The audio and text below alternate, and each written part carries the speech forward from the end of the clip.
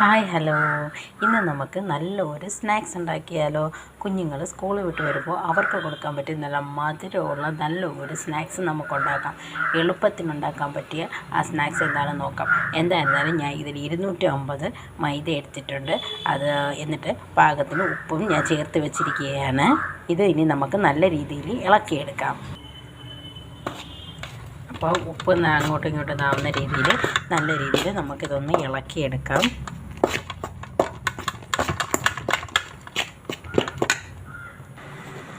എന്നിട്ട് നമുക്കിതിലേക്ക് ഇത്തിരി മഞ്ഞൾപ്പൊടി ഉണ്ടെങ്കിൽ ഫുഡ് കളർ ഉണ്ടെങ്കിൽ ഫുഡ് കളർ ചേർക്കാം, അല്ലെങ്കിൽ ശകലം കളറിന് വേണ്ടിയിട്ട് നമുക്ക് മഞ്ഞൾപ്പൊടി ചേർക്കാം. ഞാനിപ്പോൾ മഞ്ഞൾപ്പൊടിയാണ് ചേർത്തിരിക്കുന്നത്.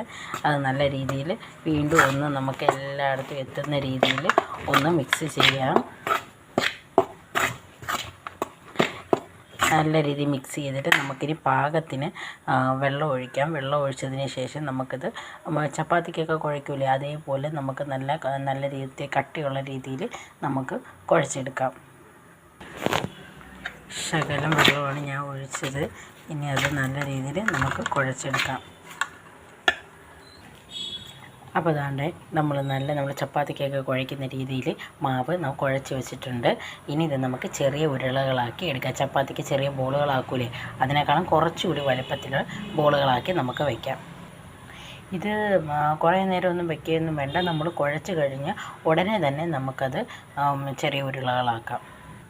അതിനിടയ്ക്ക് നമുക്ക് ഒരു പാത്രത്തിൽ കുറച്ച് വെള്ളം എടുക്കാം. കുറച്ച് മതി. കുറച്ച് വെള്ളം എടുത്തിട്ട് അതിനകത്തോട്ട് നമുക്ക് 1 ടീസ്പൂൺ ഒന്നല്ല ഒരു 3 ടീസ്പൂൺ പഞ്ചസാര ഇടാം. ഇതാണ്ട് ഇവിടെ ഞാൻ പഞ്ചസാര ഇടാണ്. ഇനി അതിലേക്ക് നമുക്ക് മൈദ ഇടാം. അതിങ്ങനെ നമ്മൾ കൈ പിടിക്കുന്ന രീതിയിൽ 3 പ്രാവശ്യം ഇങ്ങനെ മൈദ ഇട്ടാൽ മതിയാവും. അതിനുശേഷം ഇനി നമുക്കിത് നന്നായിട്ടൊന്ന് ഇളക്കിയെടുക്കാം. നല്ല രീതിയിലൊന്ന് ഇളക്കിയെടുത്താൽ മതി. അതിൻ്റെ കട്ടയൊന്നും കെട്ടാതെ നല്ല ലിക്വിഡ് ഫോമിൽ നമുക്കൊന്ന് കിട്ടണം. അപ്പോൾ നല്ല രീതിയിൽ ഒന്ന് ഇളക്കിയെടുക്കുക. എന്തിനാണ് ഈ വെള്ളമെന്നല്ലേ ചോദ്യം? ആവശ്യമുണ്ട്, കാണിച്ചു തരാം. ഓക്കെ, അത് നല്ല രീതിയിലൊന്ന് മിക്സ് ചെയ്തെടുക്കുക. അപ്പോൾ ഞാനിത് 3 ഉരുളകളാക്കി, നല്ല അത്യാവശ്യം വലിപ്പമുള്ള 3 ഉരുളകളാക്കി ഞാൻ വെച്ചിട്ടുണ്ട്. ഇനി ഇത് നമുക്കൊന്ന് പരത്തിയെടുക്കാം. കിച്ചൺ ടോപ്പിലിട്ടാണ് ഞാൻ പരത്തുന്നത്. കാരണം ഒരു അത്യാവശ്യം വലുപ്പത്തിൽ മാക്സിമം നമുക്കൊന്ന് വലുപ്പത്തിലൊന്ന് പരത്തിയെടുക്കണം. അതിനെക്കൊണ്ടാണ് ഞാൻ കിച്ചൺ ടോപ്പിലിട്ട് പരത്തുന്നത്. അപ്പോൾ ഭയങ്കരമായിട്ട് അങ്ങ് കട്ടി കുറയാതെ ഏകദേശം ഈ കട്ടിക്ക് നമുക്ക് പരത്തിയെടുക്കണം. അപ്പോൾ ഞാനിത് പരത്തിയെടുത്തിട്ടുണ്ട്. ഇനി ഇതിൻ്റെ മുകളിലേക്ക് നമുക്ക് അല്പം നമ്മൾ നേരത്തെ റെഡിയാക്കി വെച്ചിരുന്ന പഞ്ചസാരയും മാവും കൂടെ ചേർത്തിട്ടുള്ള വെള്ളമുണ്ട്. അത് നമുക്കിതിൻ്റെ മുകളിലൊന്ന് ബ്രഷ് ചെയ്ത് കൊടുക്കാം. ഇപ്പോൾ നമുക്ക് ചെറിയ ബ്രഷ് കയ്യിലില്ലെങ്കിലും ഇങ്ങനെ ചെറുതെ കൈ കൊണ്ട് ഇത്തിരി വെള്ളത്തിൽ തൊട്ടിട്ട് ഇങ്ങനെ പതുക്കെ ഇങ്ങനെ അതിനകത്തോട്ട് അതിങ്ങനെ തേച്ച് കൊടുത്താൽ മതി. ഭയങ്കരമായിട്ട് തേക്കരുത്, ചെറിയ രീതിയിൽ ഇങ്ങനെ തേക്കുക.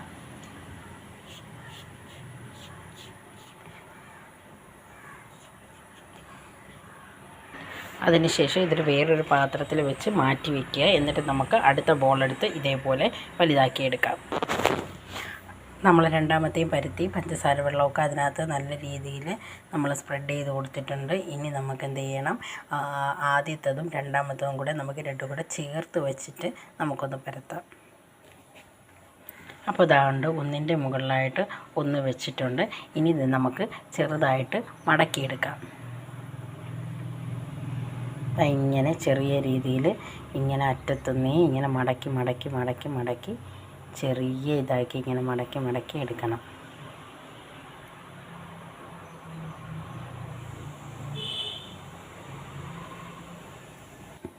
അപ്പോൾ ഈ രീതിയിൽ ഇങ്ങനെ റൗണ്ടാക്കി നമ്മൾ മടക്കിയെടുക്കണം. അപ്പം ഞാനിത് 2ആക്കി മുറിച്ചിട്ട് 2ആയിട്ടാണ് ചെയ്തിട്ടുള്ളത്. ഇനി ഇതിനെ നമുക്ക് പിച്ചാത്തി വെച്ചിട്ട് നമുക്ക് ചെറിയ പീസുകളായിട്ട് കട്ട് ചെയ്തെടുക്കാം.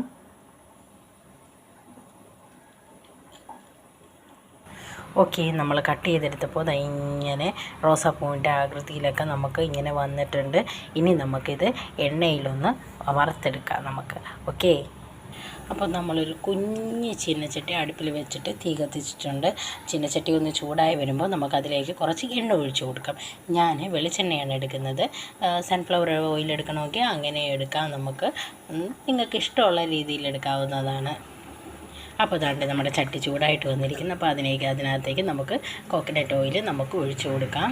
ഒരു അത്യാവശ്യം രീതിയിൽ നമ്മൾ ഇത്തിരി കോക്കനട്ട് ഓയിൽ ഒഴിച്ചു കൊടുക്കാം. കാരണം അതെല്ലാം ഒന്ന് വറുത്ത് ഇതാക്കി എടുക്കണ്ടേ. അപ്പോൾ ആ രീതിയിൽ നമുക്കൊന്ന് കുറച്ച് നല്ല രീതിയിൽ എണ്ണ ഒഴിച്ചു കൊടുക്കാം.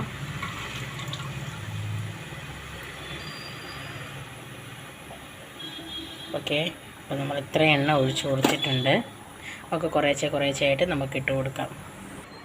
അപ്പോൾ അതാണ്ട് അതെല്ലാം നമ്മൾ പറക്കി പാത്രത്തിൽ വെച്ചിരിക്കുകയാണ്. കിച്ചൺ ടോപ്പിലിരുന്നതായിരുന്നു, അതെല്ലാം പറക്കി നമ്മൾ വെച്ചിട്ടുണ്ട്.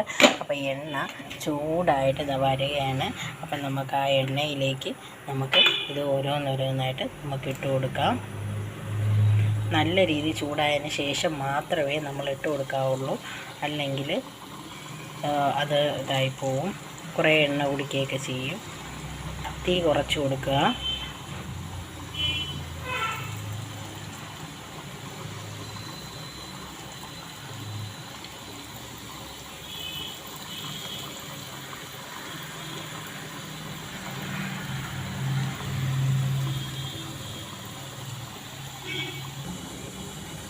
നമുക്കിനി ഇതൊന്ന് തിരിച്ച് മറിച്ചിട്ട് കൊടുക്കണം, അല്ലെങ്കിൽ അത് നല്ല ഇതായിട്ട് വരില്ല, നല്ല രീതിയിൽ വേവത്തതുമില്ല.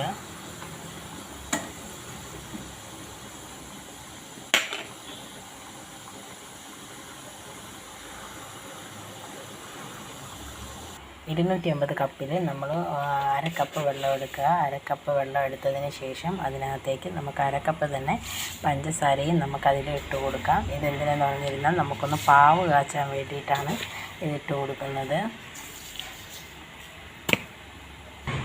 അപ്പോൾ ഇതാ നമുക്ക് പാവ് കാച്ചാൻ വേണ്ടിയിട്ടുള്ള നമ്മൾ പഞ്ചസാര ഉരുക്കിയെടുക്കുക, അതാണ് പാവ് കാച്ചുക എന്ന് പറയുന്നത്. നമുക്ക് അതിന് വേണ്ടിയിട്ടുള്ള വെള്ളവും പഞ്ചസാരയും റെഡിയായി. ഇനി ഇത് നമുക്കൊന്ന് അടുപ്പിലോട്ട് വെച്ച് കൊടുക്കാം.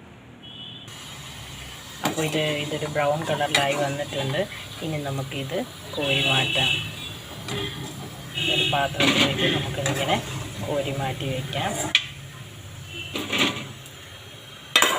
എന്നിട്ട് നമ്മൾ നേരത്തെ ചെയ്ത് വെച്ചതിന് കുറേശ്ശെയായിട്ട് നമുക്ക് വീണ്ടും ഇട്ട് കൊടുക്കാം. ഒരെണ്ണം തെറിച്ച് വെളിയിൽ പോയി.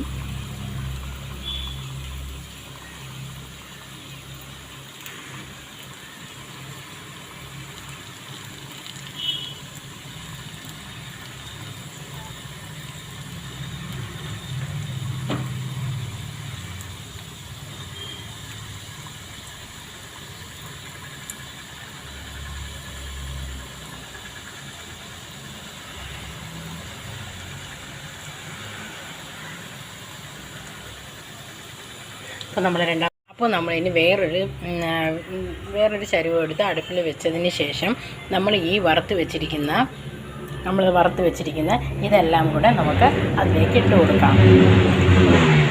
അതിനുശേഷം നമ്മളിവിടെ പാവ് കാച്ചി വെച്ചിരിക്കുന്ന പഞ്ചസാര ലായനി നമുക്ക് അതിലേക്ക് ഒഴിച്ചു കൊടുക്കാം.